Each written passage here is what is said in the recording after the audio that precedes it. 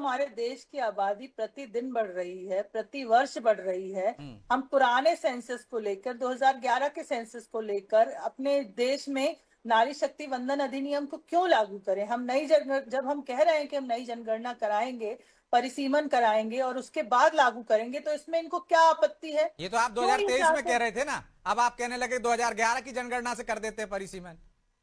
देखिए 2000 परिसीमन 2011 की, हमने परिसीमन 2011 की जनगणना से इसलिए कहा क्योंकि ब्रिजेश जी, जो टेक्निकली देख सही संभव जो सही है वो ये है कि परिसीमन होने के बाद ये बिल लागू होना चाहिए। हमने अभी जनगणना की बात करी, उसमें इनको आपत्ति। हमने पहले के सेंसस के अकॉर्डिंग परिसीमन करने की बात करी, उसमें इनको आपत्ति। हम जो भी चीज बोलते हैं उसमें आपत्ति। अगर मोदी जी ने अगर ये बात कही सदन में कि हम जो भी करेंगे वो जनता के हित में करेंगे, महिलाओं के हित में करेंगे, और देखिए परिसीमन करके ही इसको अप्लाई किया जाएगा, तभी इसका सही वास्तविक जो स्वरूप है वो देखने को मिलेगा। तो अगर वो कह रहे हैं, और अभी फिर से ये जैसे खिलावन जी जनगणना की बात कर रहे हैं, पुनः जनगणना की जो बात हो रही है, इन सब चीजों की जब बात होती है हर चीज में लेकिन अभी हम प्रतिभा जी अगर भी कह रही हैं, उनकी पार्टी भी कह रही है जनगणना शुरू कर कि देंगे ब्रिजेश मौजूदा जी, व्यवस्था में ही आरक्षण दे दीजिए। ऐसे कैसे आरक्षण दे दे मौजूदा व्यवस्था में ब्रिजेश जी? कुछ रूल्स भी होते हैं, कुछ टेक्निकलिटीज भी होती हैं। हमें यही नहीं पता कि हमें कहाँ पे कितने परसेंट कितनी महिलाओं की संख्या है, और उसके अकॉर्डिंग हम बिना कुछ भी सब सोचे समझे जो हम्म। पुरानी सीट्स चली आ रही है सालों साल से, उन पे ही आरक्षण क्यों दे दें? हम पहले परिसीमन कराएंगे, उसके बाद करेंगे सीट्स का बंटवारा, और कहाँ कितनी सीट्स बढ़नी है वो चीज तब तय करेंगे। ये क्यों इस प्रकार की डिमांड कर रहे हैं कांग्रेस पार्टी वाले? तो मतलब हम दोनों ही तो अपनी अपनी बात पर अड़े रहेंगे तो कैसे महिलाओं को हक मिलेगा?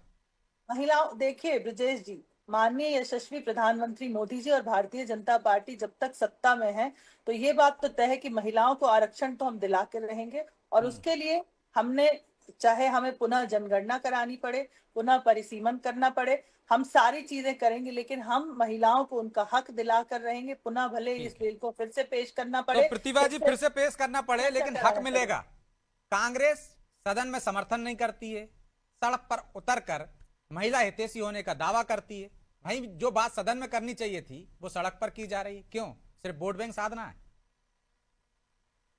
ब्रजेश जी, देखिए सदन में जब कांग्रेस को समर्थन करना था तो 2023 में पूर्ण समर्थन किया, आज भी समर्थन करती है, परंतु बात वही है कि परिसीमन आज कराना है और जनगणना 2011 की लेनी है। तो ऐसा क्यों? जब आप क्षेत्र बांट रहे हैं तो जनगणना पुरानी क्यों? क्योंकि इतनी जनसंख्या बढ़ गई है। जब अभी जनगणना हो रही है तो उस आधार पे कीजिए नया परिसीमन, नई जनगणना, या फिर अभी लागू कीजिए पुराने पे। आप तो परिसीमन नया करना है, आपको जनगणना लेनी है 2011 की। तो इसमें तो आपका मतलब और राजनीतिक लाभ साफ दिखता है। इसमें तो इसमें लेकिन वो प्रतिभा किरण जी, रिजिजू जी एक तो कह रहे प्रतिभा जी, हैं कि इसमें कौन आप सा लोगों ने राजनीतिक लाभ है, समर्थन आप ये देने का वादा बताइए। किया था, समाजवादी पार्टी ने और कांग्रेस ने, विजय जी, लेकिन बाद में विजय मुकर जी, गई। जी जी, विजय बिल्कुल जी, समर्थन तो देने का वादा किया। कांग्रेस समर्थन देगी यदि नियम कायदे आ रहा हूं कानून वंदना जी। साफ साफ होंगे। आपने तमिलनाडु और पश्चिम बंगाल के बिल्कुल आखिरी चरण में चुनाव चल रहा है, आपने मतलब डर अचानक था से एक कि सत्र बिल, यदि कोई डर आरक्षण मिल नहीं, कोई जाएगा, डर बिल नहीं। पास हो जाएगा तो आप महिला वोट विजय बैंक जी, उधर चला आप जाएगा, क्लियर इस डर से काउंटर समर्थन नहीं करने का किया। समय दिया जाए।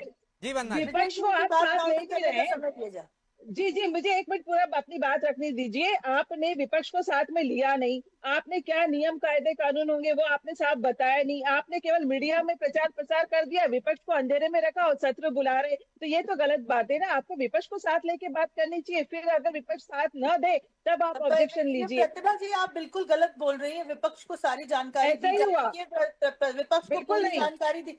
2011 के सेंसस से परिसीमन करके ये बिल लागू करने वाली बात भी विपक्ष के सामने रखी गई है। दोबारा जनगणना कराई जाएगी, ये बात भी विपक्ष आ से रहा हूँ साझा प्रतिभा जी। की गई है।